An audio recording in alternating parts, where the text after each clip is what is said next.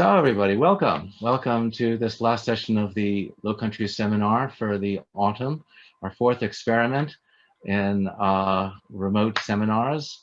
And we are very pleased to have you all with us from all over the world practically tonight. And we're especially pleased to have Hal Parker, whom we otherwise almost assuredly wouldn't be able to have speak to us. Hal is professor of history at St. Louis University.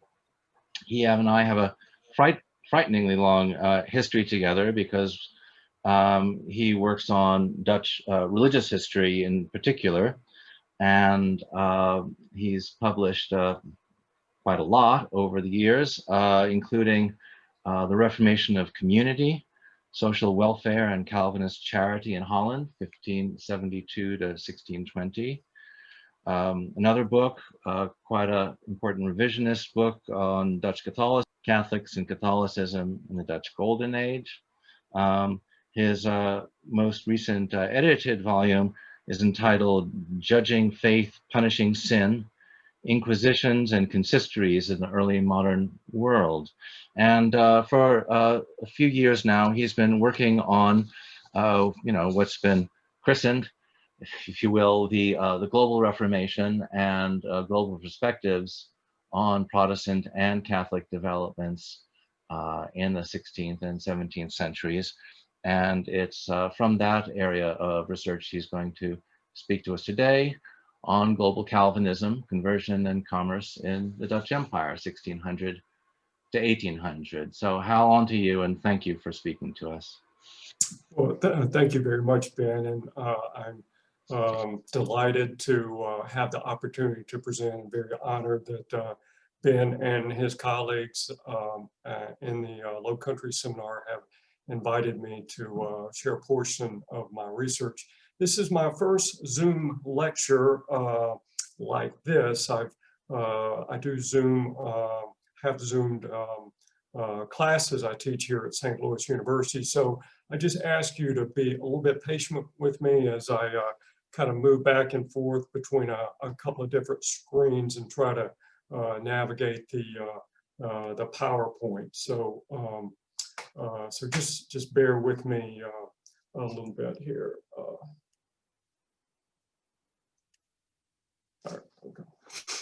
The Dutch Calvinist missionary Jakob Kulman stationed in Cochin, South Asia in the early 1700s, composed memoirs about the people and places he encountered during his service, based on letters he'd written to family and friends at home. Like many travel accounts, Fisher's contain the usual descriptions of ornate pagan temples, alien sexual practices, and dark-hued bodies. Buried in a letter to his mother in Harlingen, an account of a perplexing episode from 1717 stands out from the usual ethnographic fare, at least from a Dutch Calvinist minister. Toward the end of that year, according to Fisher, forces under the direction of the VOC had laid siege to an area around Calicut. After the assault, soldiers plundered a Hindu temple and made off with some of the religious images. Soon thereafter, Fisher crossed paths with the soldiers and their loot. Rather than admonishing them for preserving pagan idols or insisting that they be destroyed, Fisher actually pressed the soldiers to share a portion of their bounty with him, and they did. He wrote, quote, "I collected from the soldiers many heathen idols that were taken out of the temple, which I keep as a memento," unquote. This Jakob Kulman Fisher was complaining at the same time to the Amsterdam classes that Catholic missionaries in the region had seduced pagans by, quote, "dangling alluring images before their eyes," unquote. Perhaps because of his grounding in Reformed theology, he felt immune from the pull of pagan idols that prevailed over superstitious and decadent societies. Perhaps Fisher saw the images as keepsakes to show others back home and tell them about his days on the mission field, converting strange peoples. Perhaps he simply found them interesting for reasons he could not describe. Regardless, it's remarkable that what were once diabolical idols for Calvinist missionaries had become, at least for one predicant, souvenirs of a strange culture. Calvinists like Fisher went out into the world to convert non-Christians, yet infidels also made their way into the cities and towns of the Dutch Republic. Pagan and Muslim men and women who had converted to Calvinism and then often backslid field pastoral reports read at synod and classis meetings across the Netherlands.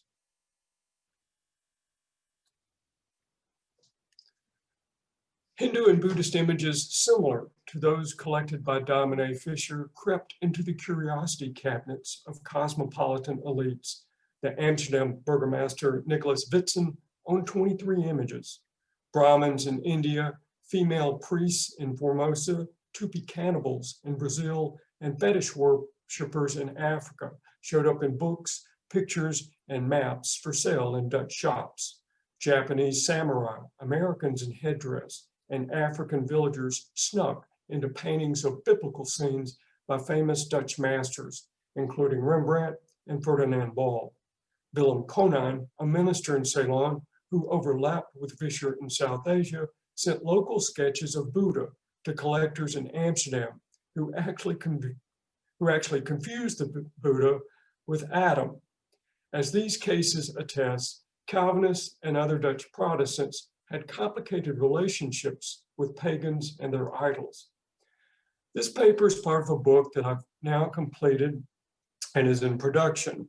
The book has the same title of the paper because I couldn't think of any other title for a presentation when Ben asked me to present here. The book examines the work of Calvinist predicanten embedded in the VOC and WIC. The book has two basic arguments. The first one is that Calvinist predicanten participated in commercial empire building. They collaborated with company officials, though at times there were intense conflicts. But nevertheless, Calvinist ministers endorsed enslavement, they regulated marriage and sexuality, and the church provided social welfare in company outposts and settlements. Ministers worked at converting peoples through planting churches, setting up schools, translating texts, and promoting a Protestant Christian public order. The second argument in the book is that these attempts at conversion and empire building had effects on Reformed Protestantism at home. As a result of Dutch experiences overseas, a wide range of Reformed Protestant writers reflected on the place of Protestant Christianity in world history. Over the course of the 17th and early 18th centuries, these writers became more pessimistic about the possibilities of widespread conversion and came to conclude that religious difference was a marker of cultural incommensurability. These Reformed Protestants also used their engagement with a wider world to rethink religious and cultural issues in Europe. What I would like to do in this presentation is to present two chunks of evidence that I believe illustrates the influence of global perspectives on Dutch Calvinism by the end of the 17th century. One is Balthazar Becker's Enchanted World, published in 1691, and a second is a conflict over Hindu dance in South Asia in 1683. But first, I need to lay some groundwork. I'll begin by describing the place of missions in Dutch Calvinism, and then I'll describe the comparative perspectives that missions spawned among Reformed clergy, theologians, and intellectuals in the 17th century.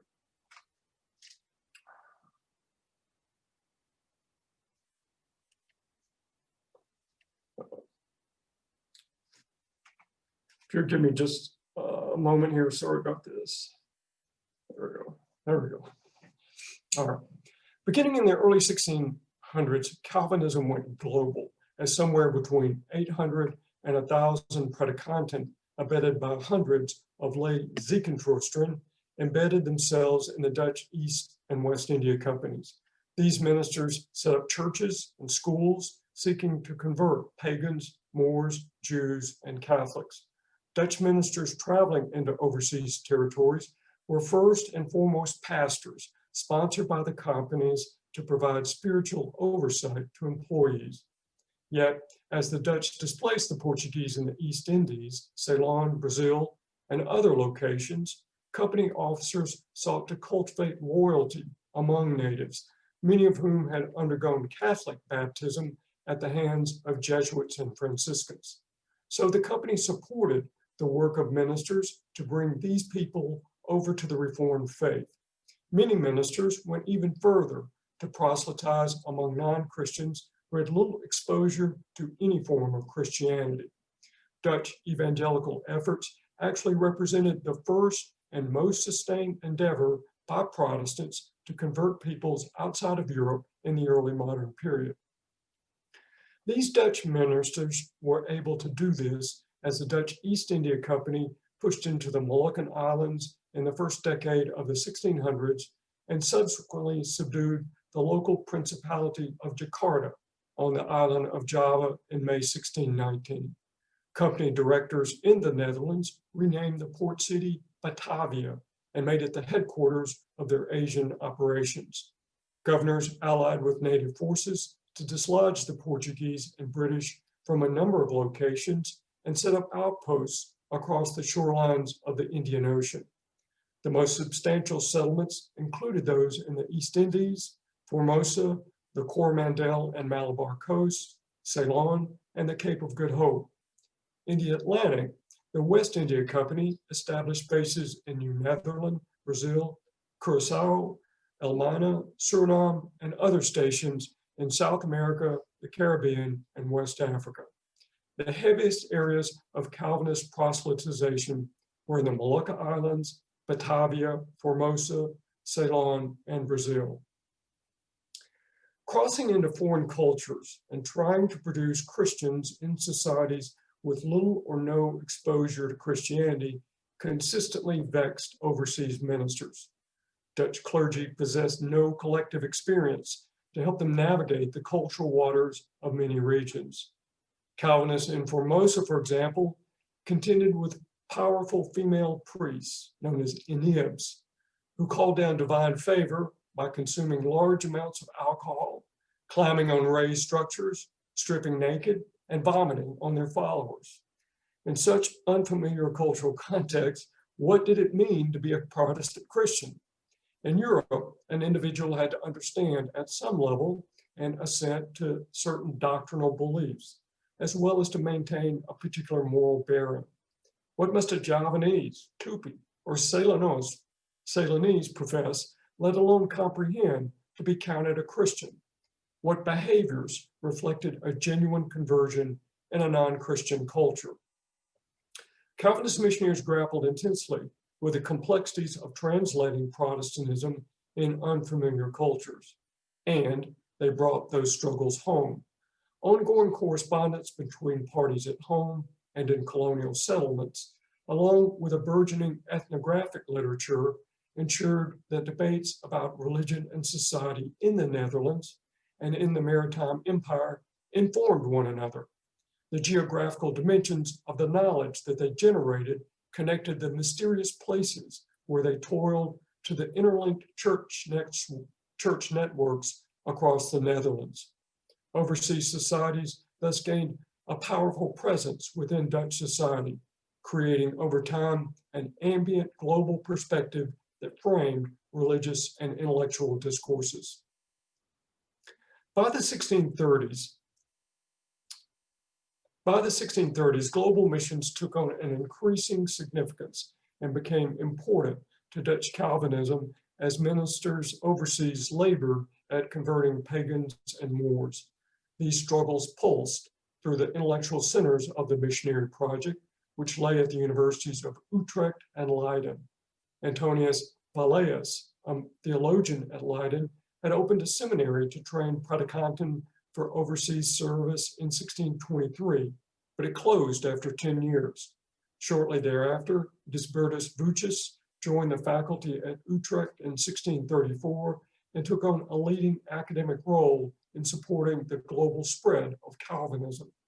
A delegate at the Synod of Dort in 1618-1619, Vucius had called on his fellow members there to declare formally their commitment to, quote, the propagation of the gospel in the East Indies and other places. unquote. With the Ottoman Empire on Europe's eastern frontier, an absorbing concern with Islam animated Vucic. He learned Arabic, he lectured on Islam and paganism, and wrote about missions.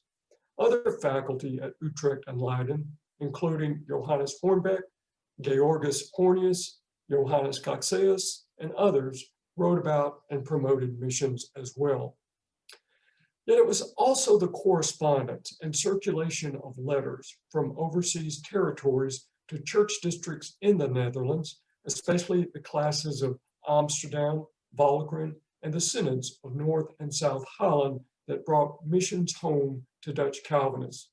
Overseas consistories wrote habitually to church districts in the Netherlands to report on affairs and to seek advice on thorny pastoral questions. These letters from overseas consistories were read at classes and synod meetings. Clergy and elders from all churches within original classes attended its meetings, and representatives from classes participated in the larger regional synod meetings. Thus, the original organizational structure of the Dutch Reformed Church ensured that ecclesiastical and political leaders across Holland and Zeeland, as well as other provinces, heard about the workings of overseas ministers in various locales. This correspondence reaffirmed the tightly connected boundaries of the worldwide Calvinist community of believers. Reading, discussing, deliberating, and responding to reports from Batavia, Formosa, Amboina, Banda, Ternate, Colombo, the Cape of Good Hope, Brazil, New Netherland, Curaçao, Suriname, and other locations necessarily invited Dutch ministers to observe and compare circumstances affecting Calvinism throughout the world. As firm believers in direct divine involvement in the world, they relied on comparative readings of remarkable events to discern the signs of the times in the contemporary struggle between good and evil. Dutch Calvinists looked for lessons from the global missions of the 17th century. Writing in the 1630s, Godfriedus Oudemans exhorted readers to discern the lessons of missionary work among the Indians. Societies overseas had much to teach the Dutch, Oudemans believed. For those who paid attention, it taught lessons ranging from a renewed appreciation of God's greatness to a recognition of the humanity of all peoples, to the judgment of God on sin and unbelief. He also believed that examples from pagans were instructive for Europeans, inserting that, quote, "We can observe in the Indians, as in a mirror, what people are by the light of nature without knowledge of Christ," unquote. By the late 17th century, entanglements with native societies had made their marks on the Dutch Reformed Church in ways that would have taken even Dominee Oudemans by surprise. He could only have speculated about the geography of knowledge that spanned the parameters of the Dutch Empire from the Moluccas to Brazil. The commitment to missions forged a global comparative outlook among Orthodox leadership in the Dutch Reformed Church. This comparative approach converged with the increasing attractions of rationalist assumptions in heterodox Protestant circles and in theological debates among mainline Calvinists. The comparative approaches that global mission stimulated gave Calvinists ways of seeing religious struggles in Europe that historians have not yet fully recognized. Many intellectuals in the 17th and 18th centuries were utilizing societies outside Europe as a mirror to reflect on institutions, customs, belief systems, and ways of thinking inside Europe. René Descartes claimed to have begun his search for a new method of reasoning after reading from, quote, the great book of the world, unquote. Although it's unclear what exactly constituted this world, he gave some indication, as Descartes advocated the study of world societies, quote, so that we may judge our own more beneficially and not think that all that differs from our customs is ridiculous and against reason, as those do who have seen nothing of the world, unquote. Lynn Hunt, Margaret Jacobs, and Van Mannhart have shown that in the early 18th century, Jean Bernard and Bernard Picart's Religious Ceremonies of the World floated, quote, the radical idea that religions could be compared on equal terms and all religions were worthy of respect, unquote. The appropriation of knowledge about world societies in the 18th century was possible because of the fundamental intellectual and cultural transformations that had taken place over the course of the 17th century. Many thinkers, including Dutch Protestants, found that the wider world put Europe into a different focus. So now, having laid this groundwork, I'll turn to two examples of how I believe the global entanglements of Dutch Calvinists played out across Protestant thinking.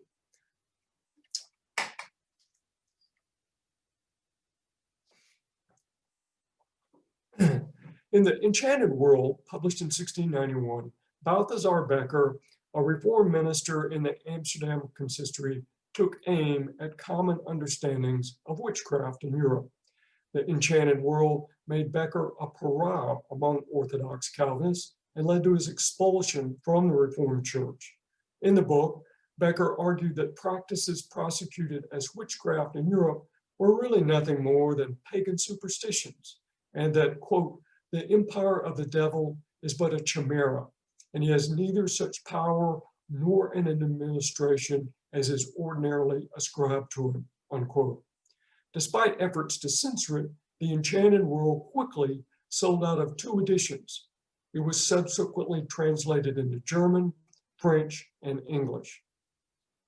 Certainly the implications of Cartesian and Spinoza's thought played a central role in these discussions and disputes. Becker was a moderate Cartesian himself, undertaking thorough examination of the devil in both the New and Old Testaments. Becker contended that all scriptural references depicted Satan in allegorical and metaphorical language connoting evil or sinfulness. Though Becker did not deny the existence of the devil, he argued that no one in Scripture, or anyone else for that matter, ever had dealings with the devil.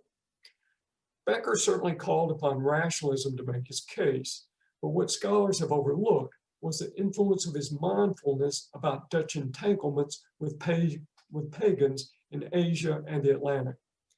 Becker actually called for the witness of societies around the world in making his case against the devil.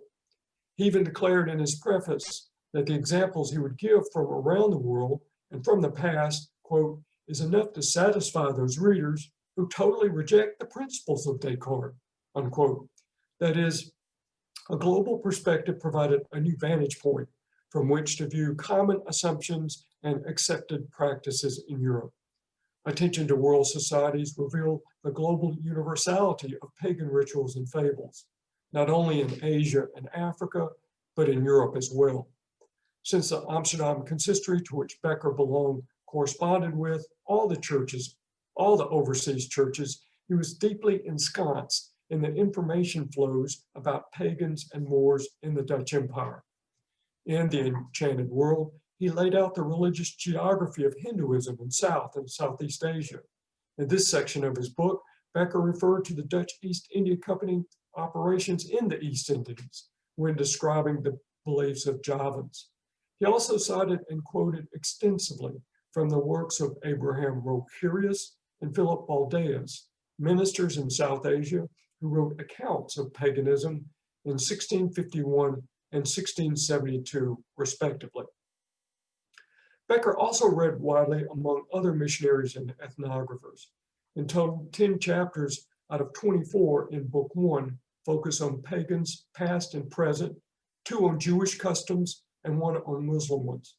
Some of the writers Becker utilized included Nicholas Turgot, Martinio Martini, and Athanasius Kircher on the Chinese, and Arnold Montanus, Jean de Lery, Richard Blome, and Thomas Gage on the Americas. Thus, the wide diversity of practices and beliefs about the spirit world found their way to Balthazar Becker in Amsterdam. At the beginning of The Enchanted World, Becker held up a comparative approach, so familiar to Dutch Calvinists, to make his case. He wrote, quote, in the first chapter, I investigate throughout all the world where the incarnation of the devil has its origin. I say first in the ancients and afterwards in contemporary books of all sorts of peoples, religions, and opinions, which are now current in the world, distinguishing between pagans, Jews, Muslims, and Christians, unquote. Becker posited that, quote, the inhabited world is divided into three great islands.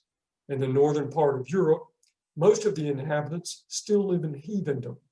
In Asia, Christians hardly make up a tenth of the people, and about a third remain under the law of Muhammad, so the greatest portion are still heathen. North Africa is Muslim. In the eastern half of the continent, half Christians and Muslims constitute a third, but still two-thirds are heathenish. The New World lies completely in heathendom, except for the small number of Christians who come out from Europe. From there, Becker surveyed understandings of the devil in these traditions. Muslims and Jews, for example, hold that the devil ranks among the created angels. It was among pagan religions, which maintained, quote, a uniformity in belief, unquote, that Becker contended the devil acquired a reputation for terrible power that could disrupt and destroy the lives of men, women, and children.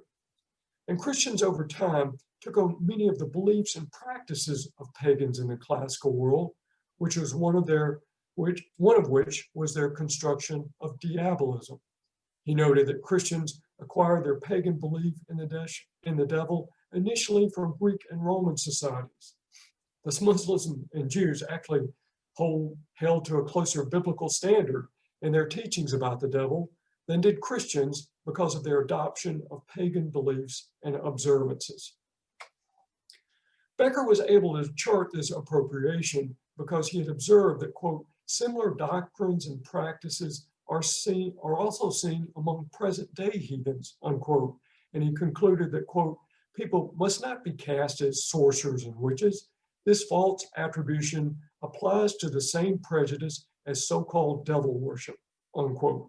Like many other Reformed thinkers across the 17th century, Becker viewed those many diverse groups who emphasized ceremony, ritual, and imagery in worship as belonging to a universal religion that Calvinists consistently referred to as paganism, heathenism, or gentilism. Consequently, he moved back and forth through pagan as well as Muslim and Jewish history to provide evidence that what Europeans were prosecuting as witchcraft derived from ancient pagan practices absorbed by Christianity over the years. Since Becker and other 17th century intellectuals believed that paganism formed a unity from the distant past to his own day, contemporary pagans offered a laboratory of sorts for all pagan beliefs and practices. He surveyed them from ethnographic sources and his knowledge of Dutch exploration, trade, and missions to show that witchcraft was a mere illusion. He noted that on the Coromandel coast, local peoples believed in good and bad gods and malevolent spirits, and that the Siamese revere some, quote, wicked gods, unquote. On Java, Sumatra, and the Coromandel coast, many held to a belief in the transmigration of souls, but Becker emphasized that this belief was false and resulted in idolatry, but it was not witchcraft. He argued that just because missionaries and Christian writers categorized many of these rites as devil worship or sorcery did not make them so. Rather, Christians tended to conflate diabolism with the age-old superstition about good and bad spirits. Similar views about the movement of the soul outside the body at death existed in Ethiopia, Guinea, the Caribbean, and Guatemala. Becker explained that, quote, we find that on the one hand, peoples differ extremely in their views of gods and spirits, yet on the other hand, they are wonderfully united about them, unquote. For Becker, this meant that universally people, whether ancient or modern, whether European, Asian, African, or American, shared 5 basic beliefs. 1, in a supreme deity. 2, in spirits that are distinct from human souls. 3, in spirits that are either good or evil, 4, in an afterlife for humans, and 5, in moral accountability. The fatal error in paganism, that is, the pagan principle, according to Becker and also other Calvinists, was a confusion between the creator and the creature. That confusion provided the intellectual rationale not only for idolatry, but also for notions of magic. The Voutian tradition identified this pagan principle as a source of atheism. Yet Becker followed other Calvinists, such as Rohirius and Baldeus, as well as non-Calvinists who laid the blame on pagan priestly castes that devised the concept of magic and brandished it in rituals in order to empower themselves and to dupe the laity into subservience. In many pagan regions, Becker noted, a priesthood characterized by divination mediated the ascent to political and social power. These practices, as many overseas ministers testified, were simply false religions and superstitions, possessing no ontological basis. In essence, sorcery and witchcraft, the common currency of pagan religious power, were nothing more than a ruse. The enchanted world outraged the Dutch Reform establishment. In the summer of 1692, the Synod of North Holland censured Becker and pressed the Amsterdam City Council, which controlled the appointment of Reformed ministers, to remove him from his post. Ultimately, the magistrates did suspend him, but without depriving him of his salary and his position. 3 years after the book's publication, around 170 works appeared on the topic, most attacking it. Jakob Kulman, an Orthodox Calvinist, rose up as one of the fiercest antagonists of Becker, publishing several highly critical works and condemning him as a Socinian and Cartesian. In a 1692 treatise, Kulman tried to reverse the argument based on Becker's appeal to pagan practices.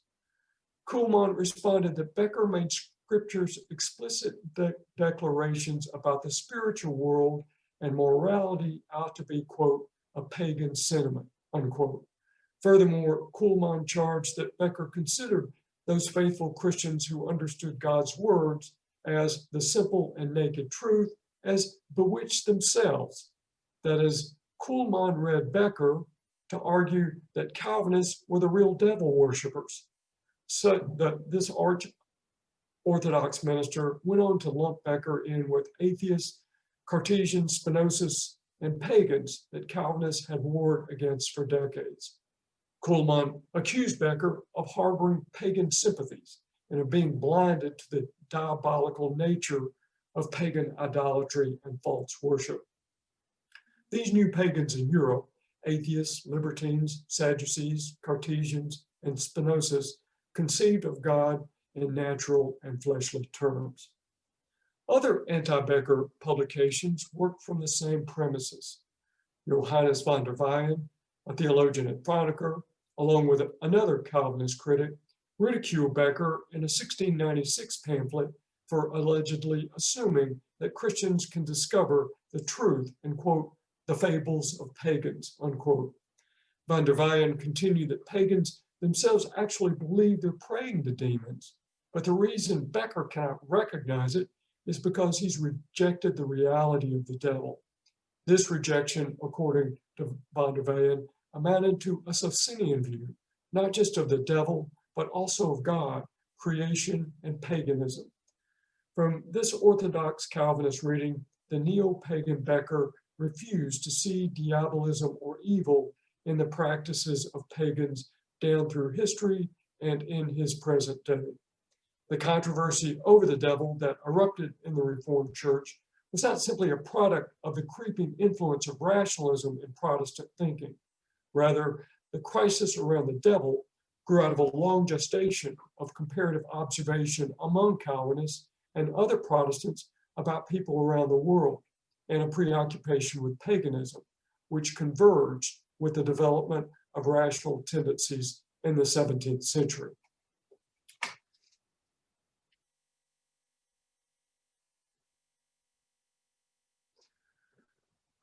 This example from Europe illustrates the ways of seeing that infiltrated debates over rationality and religion, as well as the natural and supernatural at the end of the 17th century. There's also evidence from the mission field that pastors were coming to different conclusions about religion and culture in non-Christian societies. Jakob Kulman Fisher in Cochin opened this paper by treating Hindu images once regarded as diabolical instruments as cultural artifacts of an exotic region. I'll now close with another episode from South Asia, this time in Nagapattinam on the Coromandel coast in the 1680s. The incident suggests that ministers and company officers, or at least some ministers and company officers, were redrawing the lines between religion and culture. Sometime in 1683, Jacob Joris Pitts, chief merchant of the VOC, attended a function hosted by a local official along with several other company personnel, including Willem van Dielen, an elder in the Reformed Church. In this business meeting, the host offered entertainment for his guests in a troupe of local women who danced and sang in the traditional style of South Asia. These dances, and in this case, the dancers themselves, performed at weddings and other festive occasions, but also in religious ceremonies in Hindu pagodas and before images of deities there. Calvinists in Europe fiercely denounced dancing of most any type, and consistory records throughout the Reformed world teem with discipline cases involving members who participated in or sponsored dances. In Asian territories, Calvinists unfailingly and vehemently opposed most all public expressions of popular culture because they often contained religious elements at odds with Christian teaching, and the frivolity they exuded gave occasion for sin. These demonstrations included Bayang theater, New Year celebrations, processions, and other public spectacles. With regard to the Hindu dances, the Dutch customarily referred to the women performers as, quote, dancing prostitutes, unquote. It's possible that this reference denotes Devadasi, women who belonged to temples where they conducted rituals and performed songs and dances as acts of worship. The Devadasi sometimes were associated with prostitution, especially later in the 19th century. Yet it seems to me also likely that the language used by Calvinists here simply connoted the sensuality of the performances that the Dutch considered immoral. When the only Reformed minister in Nagapattinam, Johannes Raderus, newly arrived from the Netherlands, discovered the participation of Pitts, Van Dielen, and other church members in the affair, he immediately took disciplinary action by sanctioning them, suspending them from the communion service that was only 2 weeks away and prohibiting them from serving as witnesses in an upcoming baptism. Though his stance was quite consistent with Reformed attitudes and disciplinary procedures, his actions upset high-ranking company officials who considered it necessary to accommodate manifestations of local culture for commercial purposes. Part of the conflict grew out of personal animosity between Raderus and the VOC government. For his part, Raderus had a reputation for prickliness, and he was less than impressed with the state of the local church building on his arrival. Pitts thought the minister was just unfamiliar with local customs and believed that walking out of the event would have insulted his host, disadvantaging the VOC's prospects. When the governor of Ceylon refused to allow Raderus's censure to stand, he quickly resigned, producing complaints among company officials and some congregants that they no longer had pastoral services. According to correspondence between the consistory of Nagapattinam and other areas, the case produced an uproar among the congregation there. The conflict prompted the Nagapattinam consistory to write the ministers and elders in Batavia and Raderus to send a letter to the clergy in the Synod of South Holland for their assessment of the situation. In the consistory's letter to Batavia, The consistory framed the issue around 4 questions. First, could a church member in good conscience watch the dances of Moors and pagans? Second, should a church member who participated be permitted to take communion? Third, could a censured church member serve as a witness to a baptism? And fourth, might a minister resign his service and deprive the company of religious services? Yet in Roderis's letter to the Synod of South Holland in the Netherlands, he cast the first and fourth questions in very different language.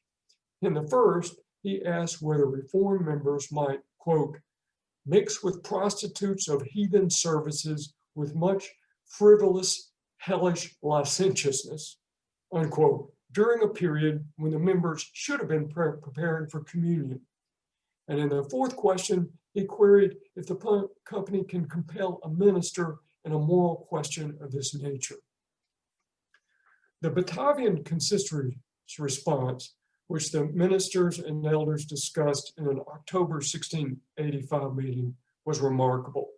They concluded that the dances did not constitute an offense, but represented traditional, quote, civic recreation, unquote, according to local cultural tastes. The Batavian leaders acknowledged that, quote, under the heathens, this dancing supports these women, and they dance and they sing in pagodas and before idols, unquote. Nevertheless, the performances were not, quote, songs to devils, unquote, but they were traditional folk songs. Furthermore, the consistory noted that the VOC needed to conduct business in heathen lands, and it was that same company that provided the church with the opportunity to spread the gospel to heathens and Moors. Since the Batavian consistory concluded that Pitts, Van Deelen, and others, quote, had done nothing sinful, unquote, any form of spiritual punishment would be unjust. The Batavian church officers expressed surprise that Roderus, quote, laid aside his service and did so quite suddenly, unquote. The Synod's understanding of the conflict balanced the need of the company to do its business in a pagan society with the demand to protect the moral authority of the overseas clergy and congregation. In a letter to the States of Holland, the synodal delegates stated that they recognized the company needed to make profits, but the charges of consorting with prostitutes threatened the integrity of the entire congregation, declaring that the consistory might need to be dissolved. Roderus appealed to the Synod to assist him with his appeal to the directors of the VOC for compensation for lost wages, but the church's support failed to convince the company officers. Roderus returned to the Netherlands in July 1686. For its part, the Synod of South Holland cast its full support behind the predicant at Nagapatnam. They recommended compensation to Roderus of 1,400 guilders for damages, complained about the corruption of the East Indies churches, and called on company directors to uphold discipline in the colonies.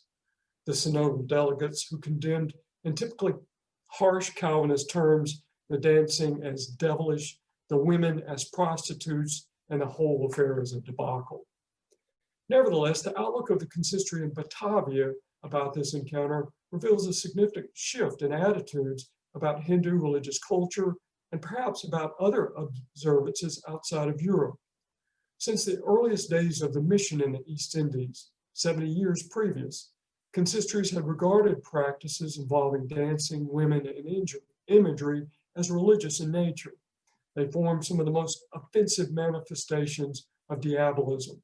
For Calvinists coming out of Reformation Europe, with all of the violent conflicts surrounding worship, images were idols, and idolaters were blasphemers in the grip of demons.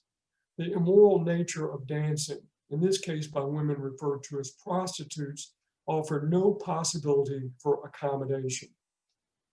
This stance had been the policy and practice of the Dutch Reformed Church throughout the early modern world, and Roderus represented that viewpoint. For the most part, Dutch overseas ministers had stood uniformly in opposition to such practices, unlike Catholic missionaries who diverged fiercely over tolerable civil practices, and idolatry. For Calvinists, apparently 70 years of interacting with Muslims, Hindus, Buddhists, and others had altered the worldview of some clergy overseas. The Batavian consistory considered Roberus to be a reactionary. For many Reformed clergy overseas, the diabolical religious practices that had so alarmed their predecessors for many decades had receded to innocuous exotic customs by the late 17th century. Calvinist entanglements in missions and empire building left indelible marks on the Reformed Church and on Protestant intellectuals in the Dutch Republic. The desire to implant Protestant Christianity in new territories pulled university faculties, synods, classes, consistories, and congregations into a sustained engagement with many different peoples. A geography of knowledge that spanned from Asia to the Atlantic invited Calvinists to contextualize European religious and intellectual currents in light of customs, beliefs, and practices around the world. Writing in the wake of the consumption of world societies via trade and travel, Calvinist missions became an important part of a broad globalization of Dutch society in the 17th and 18th centuries.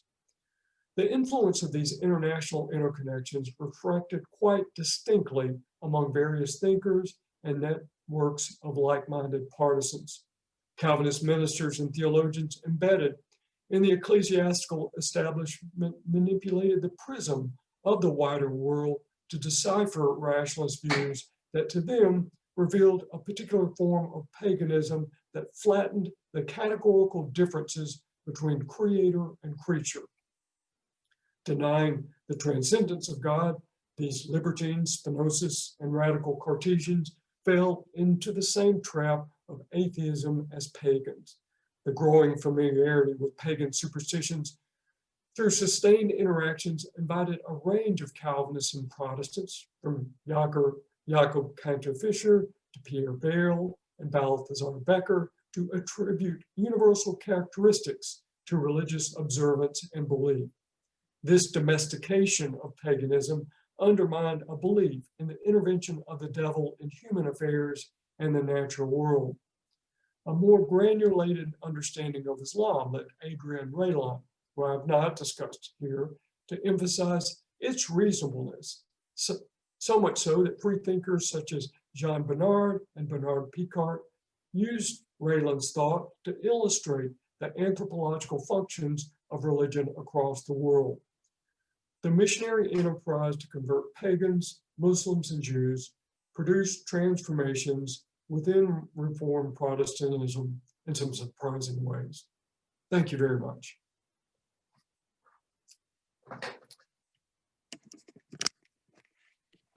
Thank you very much, Hal. Wonderful paper.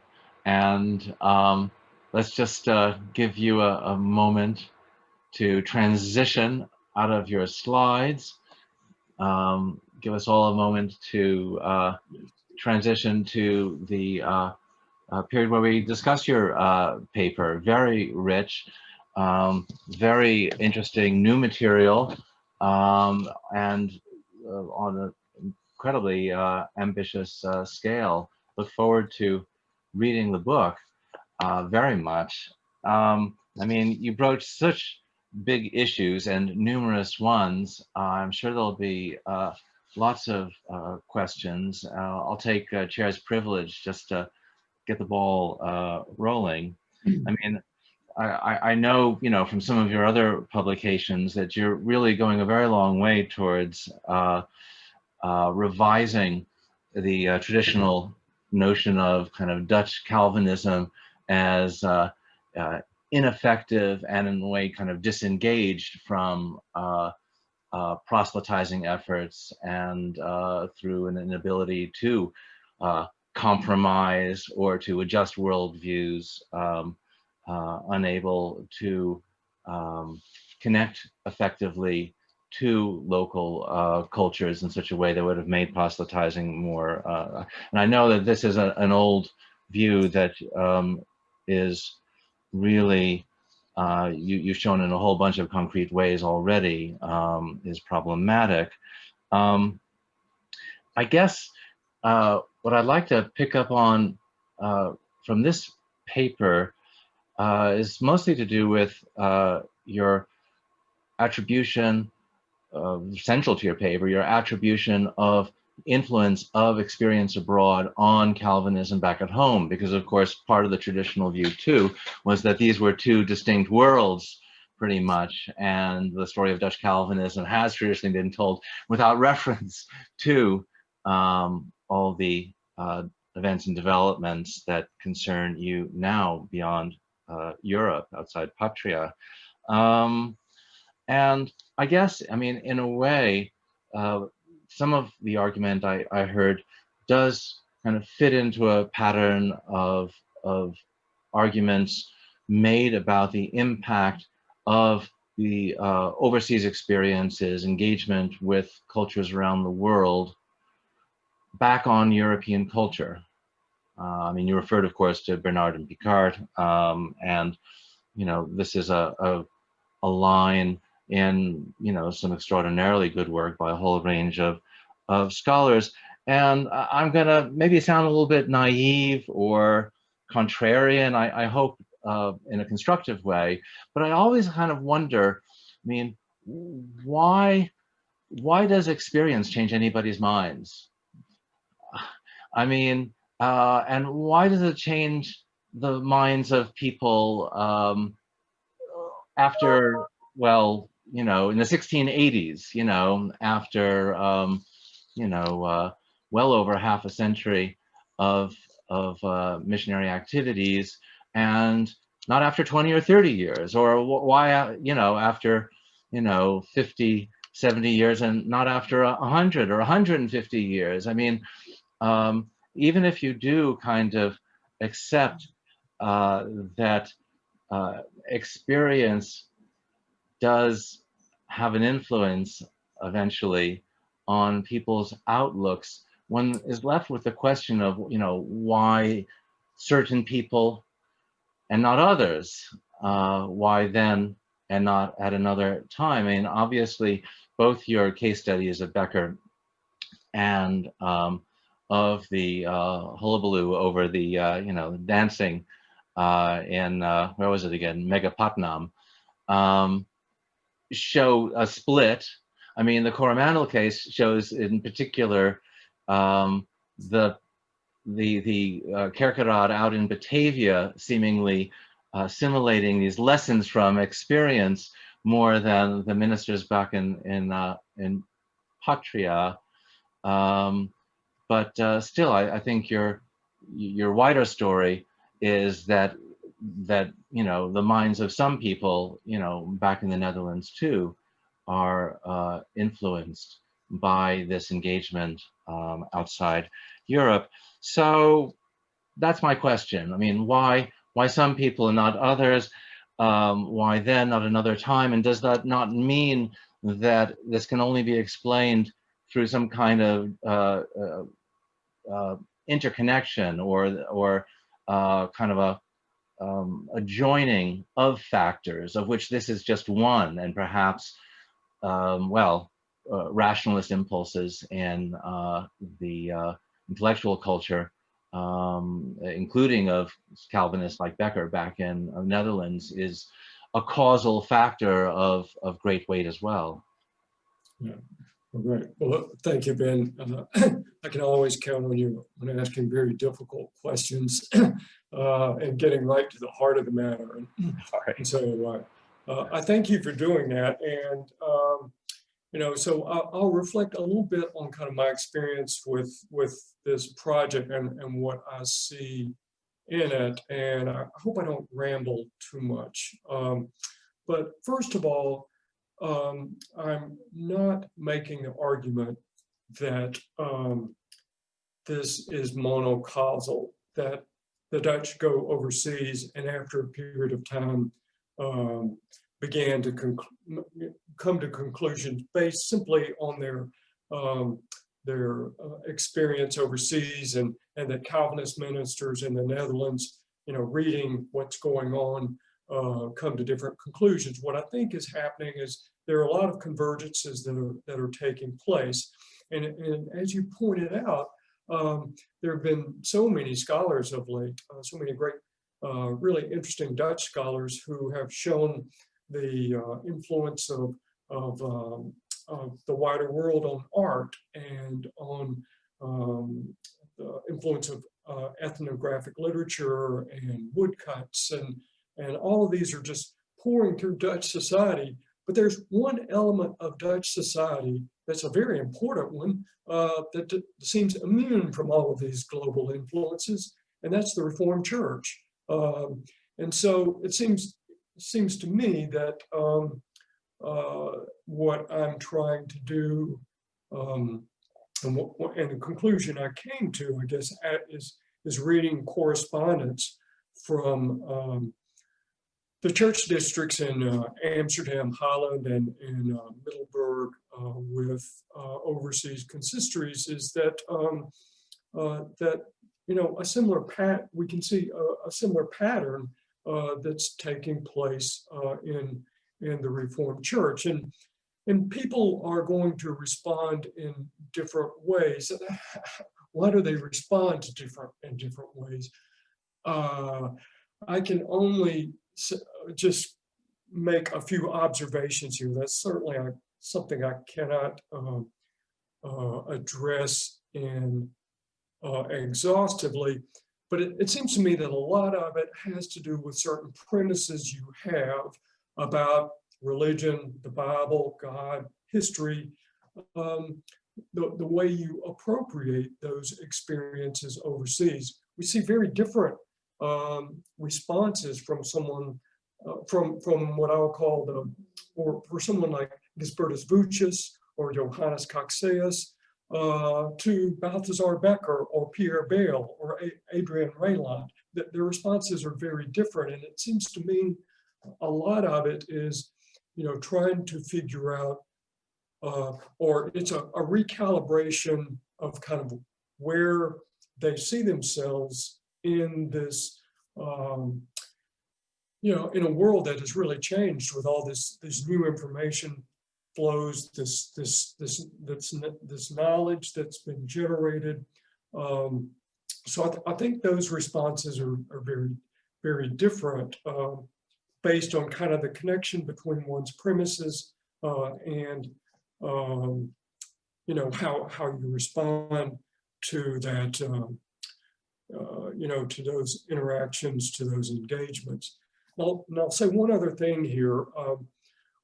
I think as a group, in terms of missions and views of the wider world, I think there are at least three phases that take place from the early 17th century to the early to mid 18th century.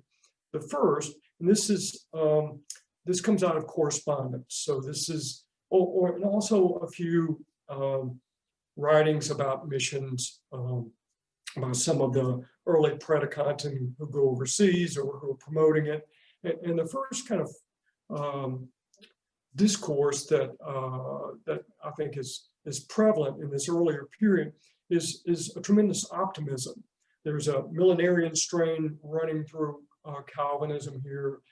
They see this as the prophecy that the gospel is being preached to all the world, and they say things like, the Muslims are going to convert, it's going to make the Jews convert, and then the second coming will take place. And they see Calvinism or Protestantism as very commensurable with overseas societies, that all you just really need to do is go and preach the gospel. Justus Hernius wrote, you really don't even need to learn the local languages, because the power of the Holy Spirit will just convert these people, as it did in Acts, in the book of Acts in the New Testament. Well, that didn't work out very well. And so by the mid part of the 17th century, there were a lot of people who have converted, but Calvinist consistories are often really unsatisfied with the quality of the converts. And so the question becomes, what's wrong and what's taking place? And as a result of that, that's when Vucic, Coxeus, and others really pulled the universities of Leiden and Utrecht in. And so there's a lot of academic study of paganism and Islam, and that so there's a kind of a renewed commitment, understanding that this is going to be a lot harder than we thought it was. We really need to, and they follow Jesuits here. We need to learn the local languages. We need to learn the local religious cultures, and so there's an academic emphasis there that, toward the second part of the 17th century, it really gives rise to large-scale translation projects of scripture, so that the Bible is produced ultimately in the 18th century in Tamil and Sinhala in Malay, and so that it's manifested in that way. But still, there's not kind of the big conversion that Calvinists are expecting. And it's by the 18th century that they began to see that the problem is one of culture, that Protestantism is not commensurable with a lot of local cultures. And so there becomes, a very different attitude about conversion. And so I guess in summing up my answer to your question, Ben, I think one is that the Reformed Church establishment, those who were promoting missions, had changing expectations over the course of the century as a result of their interaction. And then I think more on an individual level, it just seems to me that it's kind of the engagement between one's premises about the world, religion, epistemology, and these new information flows that leads to different kinds of responses. Thanks, Hal. I mean, for a question of that sort, that was a concise answer, really, and a very informative one, too. But rather than follow that up, I invite questions from everyone else. Ben, there's some questions in the chat, if you look at the chat. Thank you very much. So Christine, I think you were first. Yes, hi Hal, thank you for a great paper. I really look forward to reading your book. It's going to be very interesting, I think. I have a question that you kind of answered a little bit in your response to Ben, and that was, you described very compellingly what's going on in the 17th century, at least in the sort of intellectual shifts among Dutch Reformed worthies of various kinds. What happens in the 18th, I guess, is my question. Then, the 18th century, the intellectual landscape is different yet again. And do you see further evolutions or further, permutations of the overseas influence on, or the colonial influence on Calvinism back home? Yeah, that's great. It's great to see you, Christine. Thanks for your question. I can say that in terms of the missions overseas in the 18th century, seems to me pretty boring when you read the sources. That is, what begins to happen is that that all of the instruments that the Reformed Church has planted in these overseas territories become kind of routinized. That is, they establish this network of schools. And these are schools largely run by native teachers, native linguists, and the number of predicants overseas get smaller and smaller over the course of the 18th century. And so they have less of a kind of not influence, maybe influence. That is, they're spread really thinly. And so, the records are really about visitations, the number of communicants, the number of baptisms. So it just seems to me that they plant churches overseas. people do convert. These are largely people who need to get married to a Christian overseas, or that there's some kind of communal aspect. That is, they need to associate with a Dutch Reformed community as part of a social community. So it becomes really, it seems to me, just kind of a very routine practice. Maybe I'm sure a lot of it is record keeping. There are not a lot of major disputes or debacles that come up in the 18th century the way they did in over the course after 1730. There was some really nasty conflicts over translation of scripture, and also over how to administer the sacraments. After 1730, that just seems to take the sails out of kind of reformed efforts at proselytization overseas. And really, Christine, after 1730, I just don't see, and maybe there's more work to be done there, but in the sources, I just don't see any kind of other change taking place. After there's very little written by a Calvinist minister or missionary, like after Francois Valentine's East and West Indies. So there's a sense of cosmopolitanism, I think, that takes place. And maybe I'm overlooking some things, and perhaps there needs to be more work done on the 18th century. But the sources I'll looked at really just didn't yield very much. That's interesting. So the sort of excitement of the 17th century gets dissipated in the familiarity of the 18th, in a sense, or? Yeah, something like that. Sort of also sort of the experience is not new anymore. In other words, and it's yeah. And I see. I don't know. Maybe I'm reading modern notions or Orientalist notions back onto this, but there seems to be a real pessimism about conversion, about that if one is enculturated in a certain way in pagan cultures, that you're not going to be able to pull them away from the seduction of idols. Okay. Well, if I can just shift now, because numerous other questions. Patrick McGee. Hi. Hi. Thank you very much. It's really fascinating, and I think it's a really important time for this work. I can't wait to read it. My question is kind of related to what's been asked, so hopefully it won't be too much of a shift. But I'm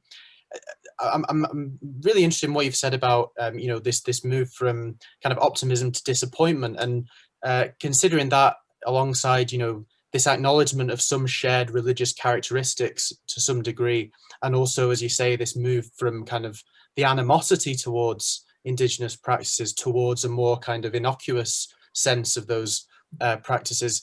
I wondered if you could talk a little bit more about what those ideas and those developments do to Calvinist concepts of conversion and specifically salvation.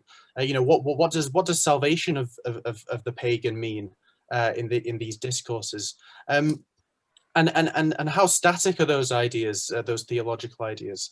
And I suppose the final part of that question is, does that help to explain the growing dissatisfaction?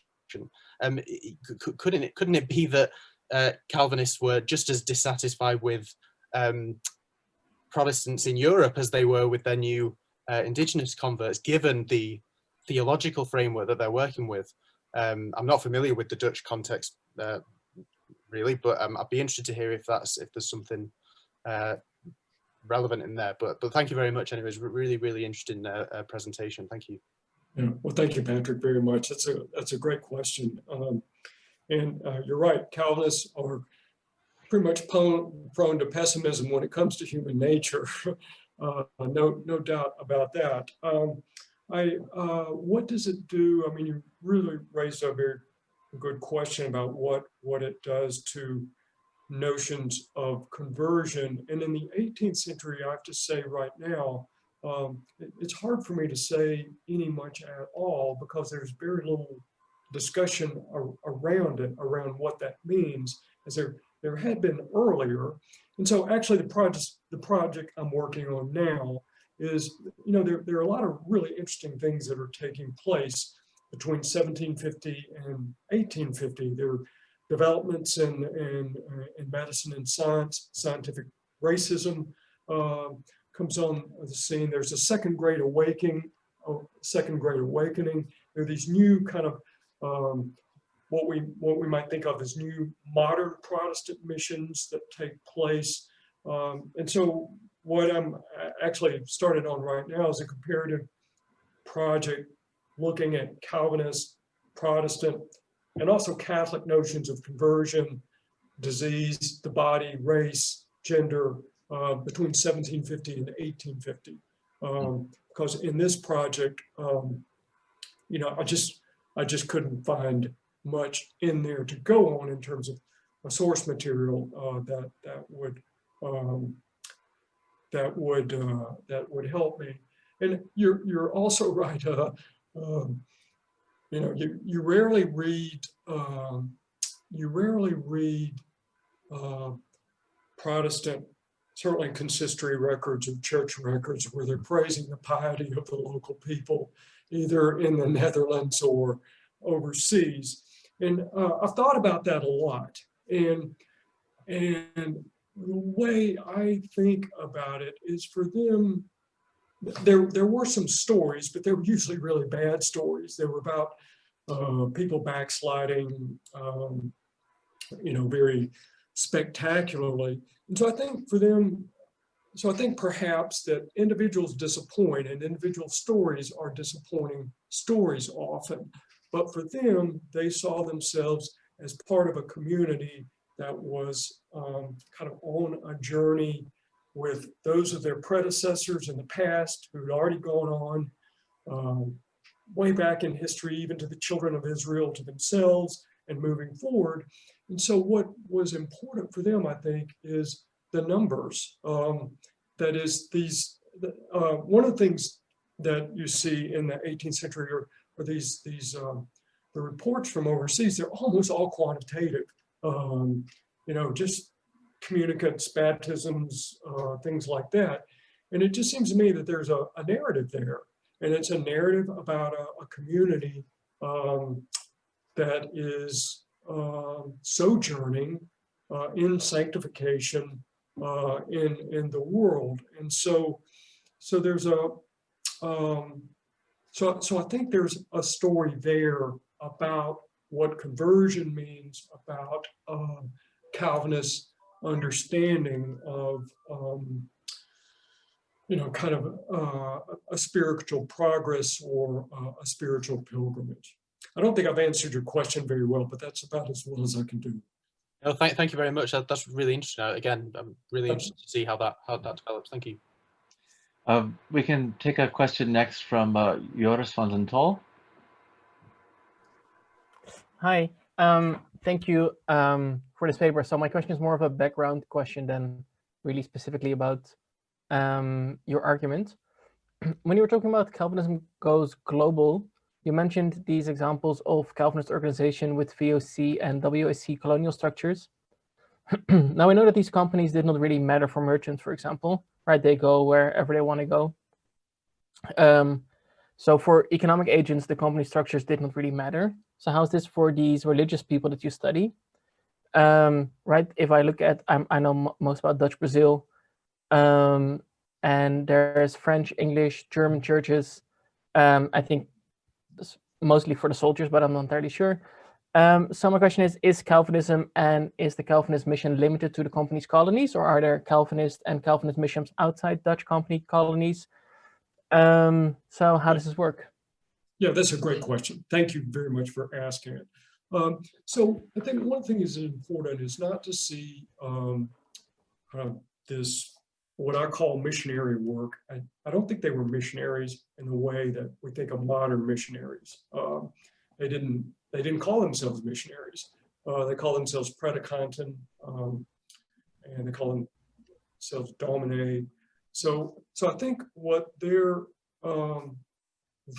sense of things is they were trying to replicate what they understood in Europe as the way you spread Protestantism, the way you spread true religion.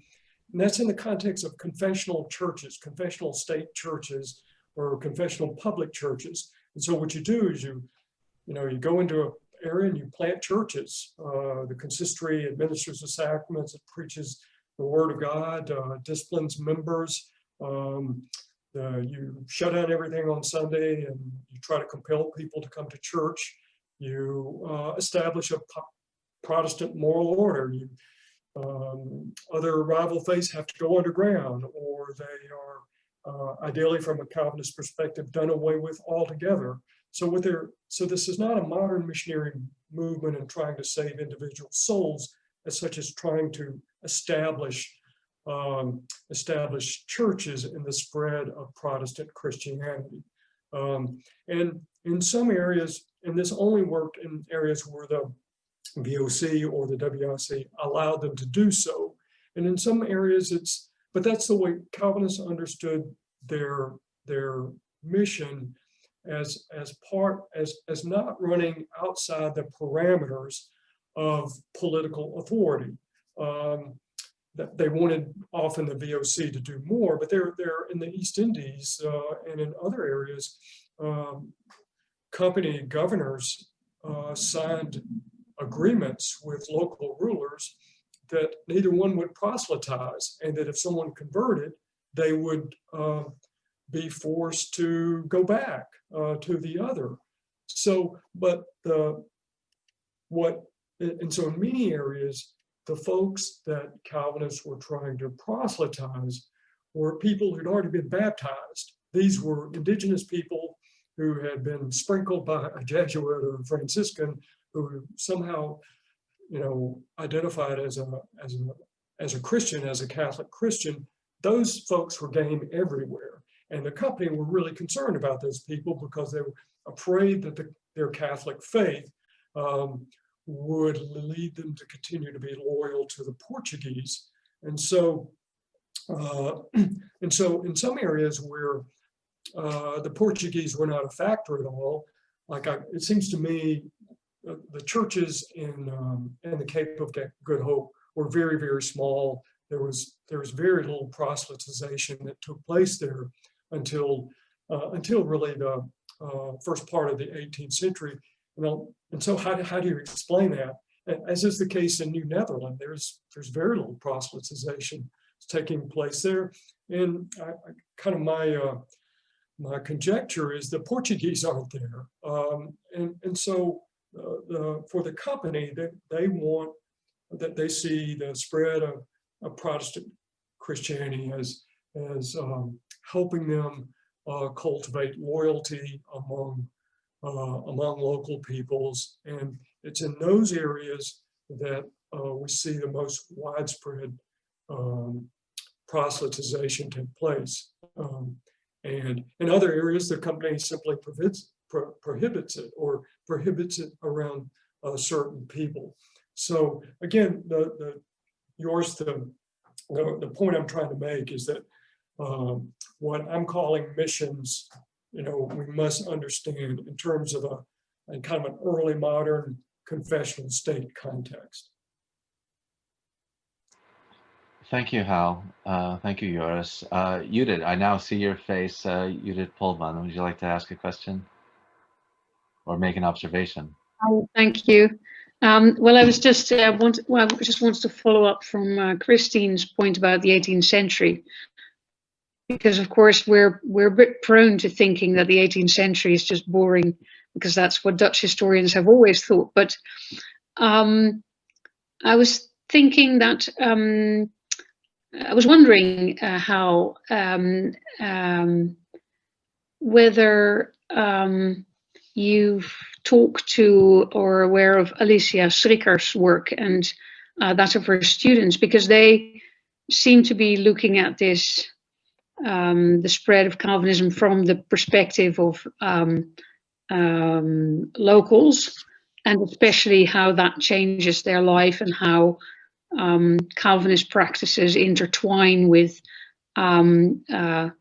local legal traditions and so on in places like Sri Lanka.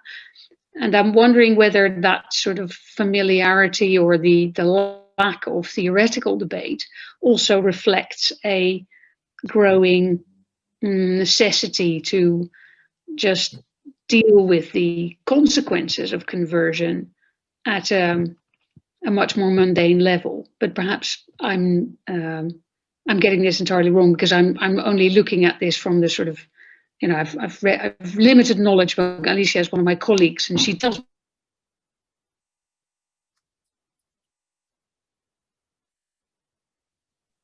Judith, you've frozen. I don't think anyone else has frozen. I think maybe you did manage to get out enough of your observation. Hal, do you want to respond? Yes, I am not familiar with that unit. So if you could send me an email, that I would greatly appreciate that.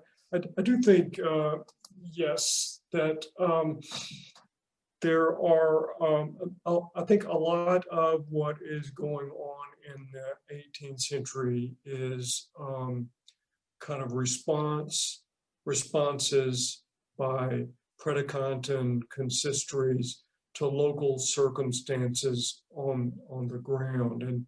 And I guess the problem for me in this study is that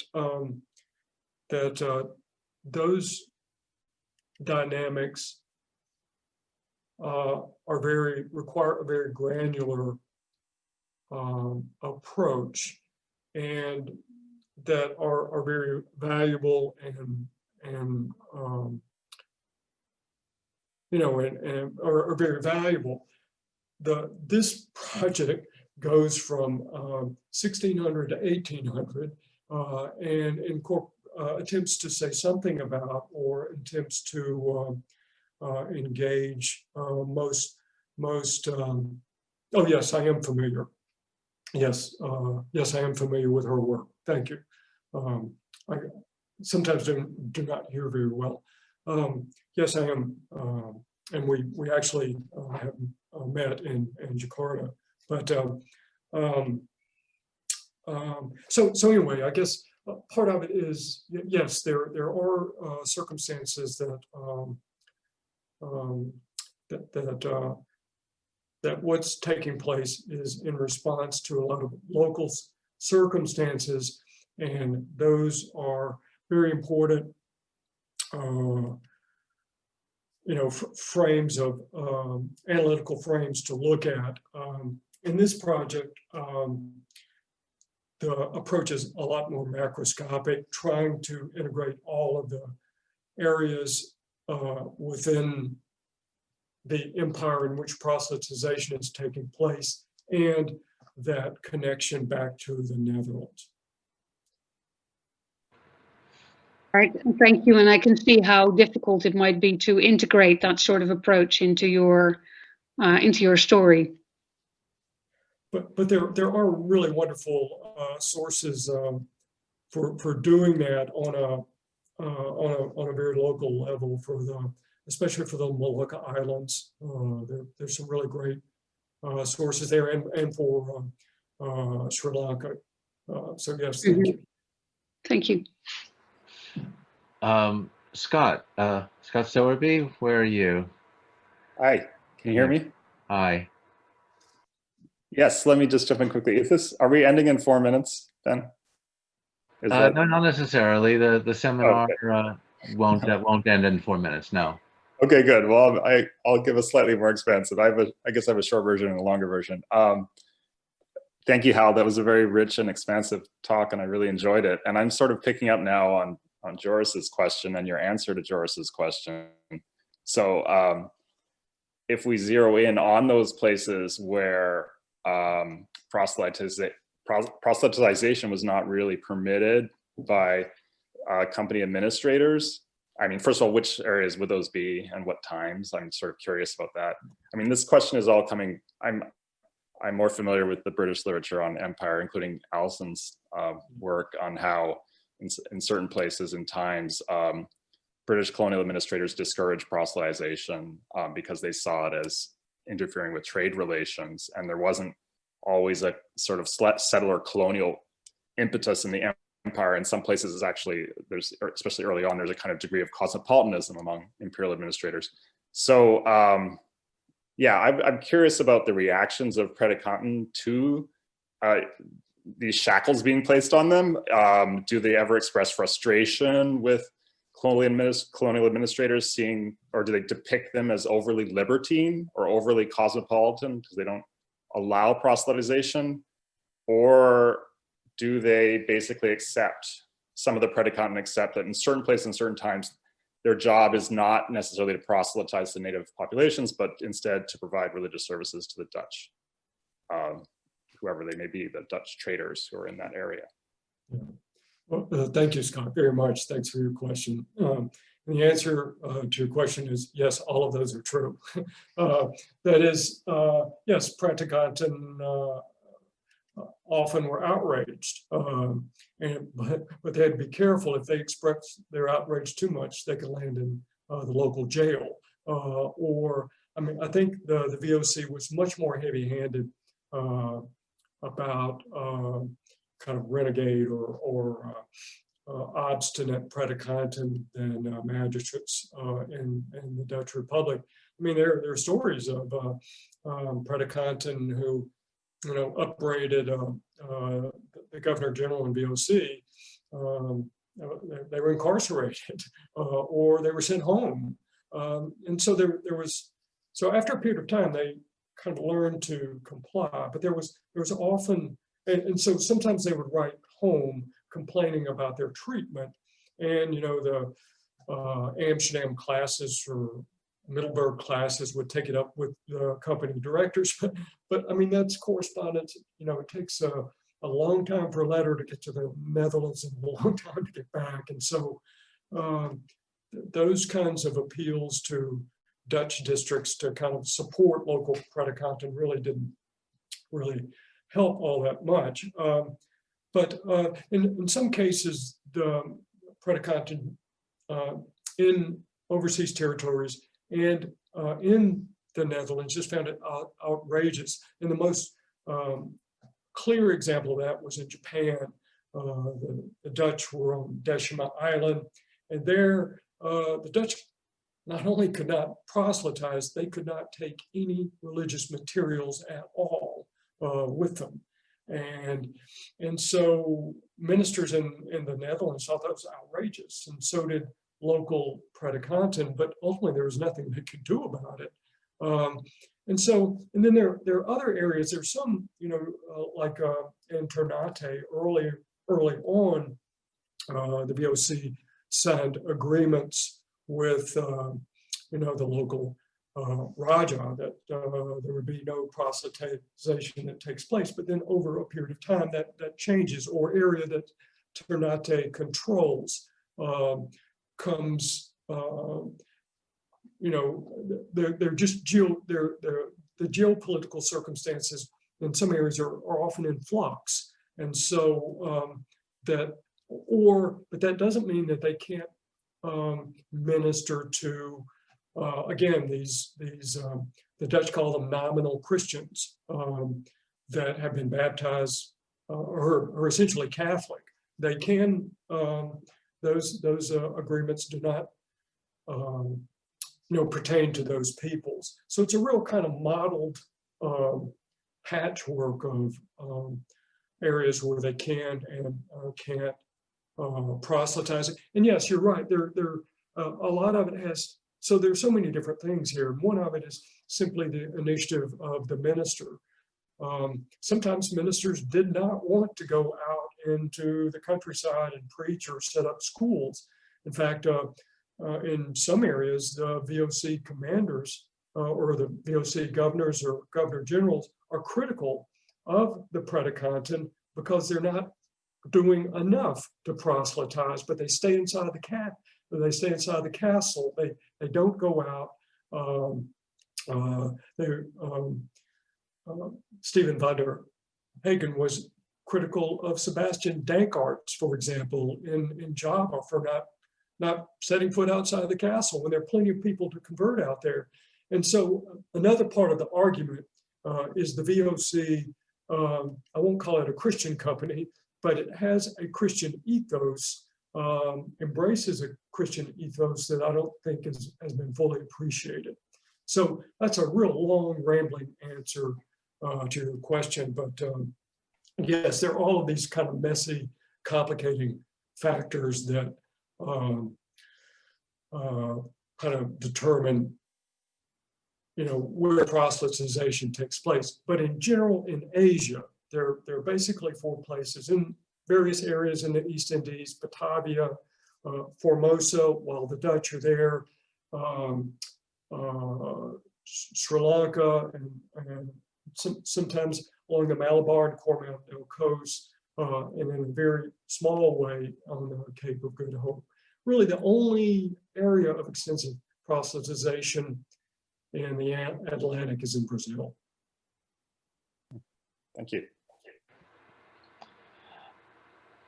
We have time, I think, for at least one more question, if anyone wants to ask.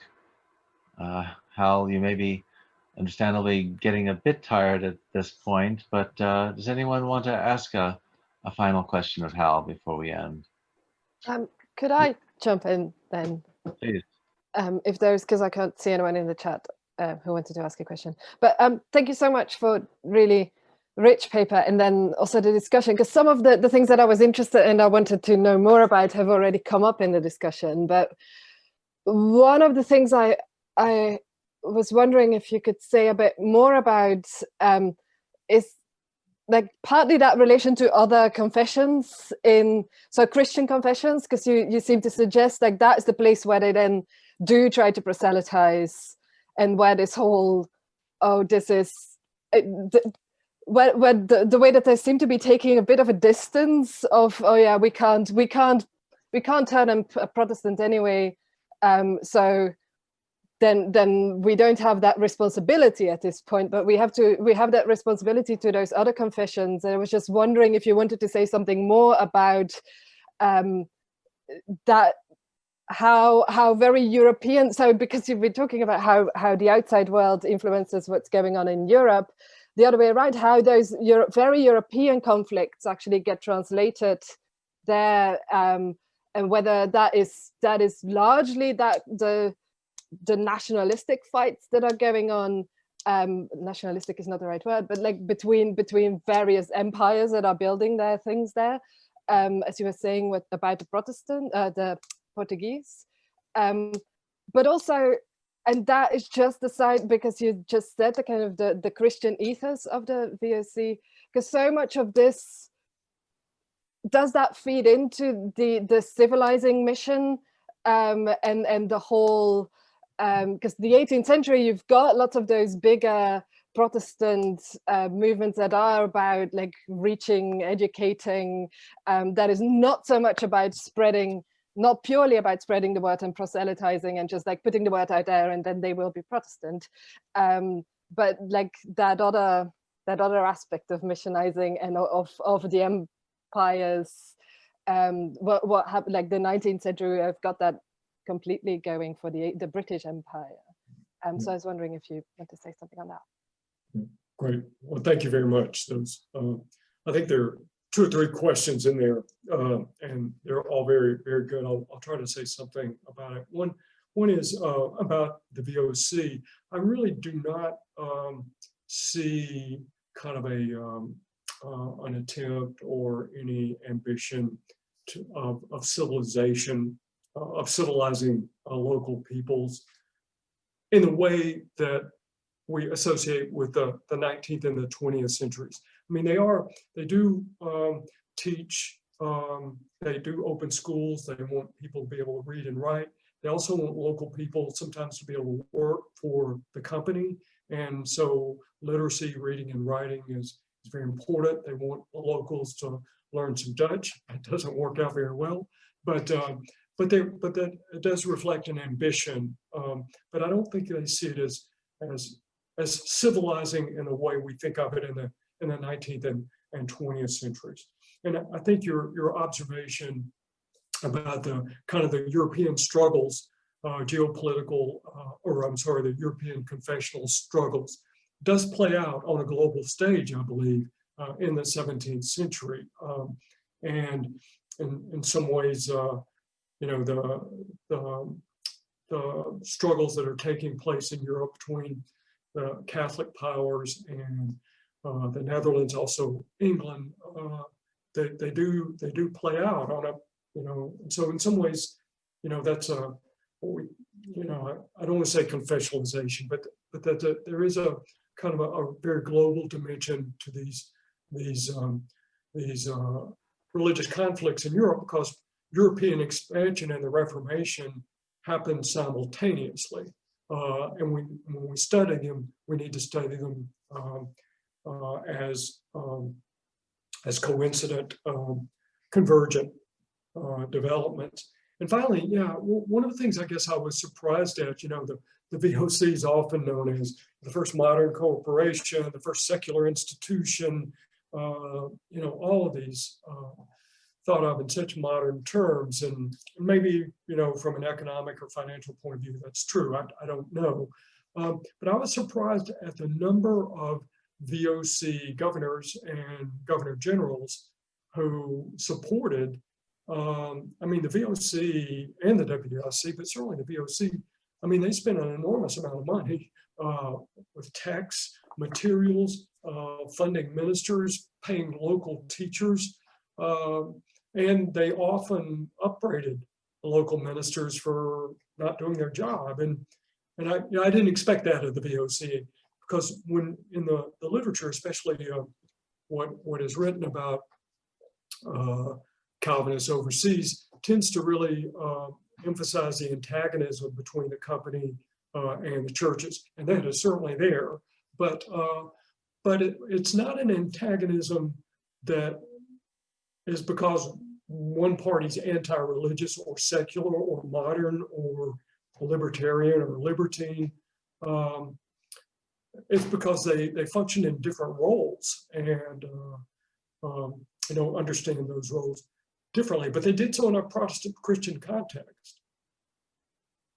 Thank you, Elizabeth.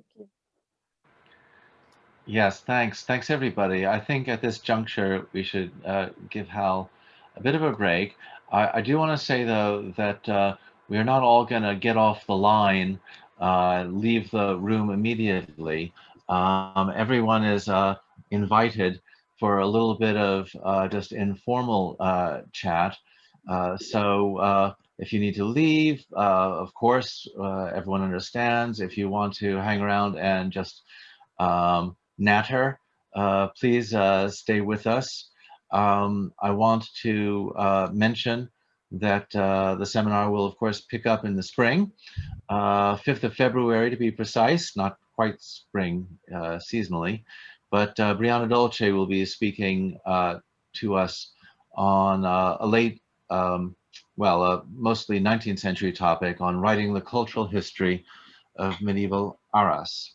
So right now, at the end of the formal proceedings, I hope we can all give a round of applause, virtual or visual, to Hal, thank him for a fascinating paper and Q&A session. Well, thank you. And I'm applauding you all because I really appreciate you being here. I respect all of your work so much. I've learned so much from you over the years, and I'm grateful that you took this time to hear me out. And thanks so much for your questions and comments. I really do appreciate them. So thank you, Ben. Thank you, Uli and Lisbeth, for inviting me. It's been a real pleasure to be here.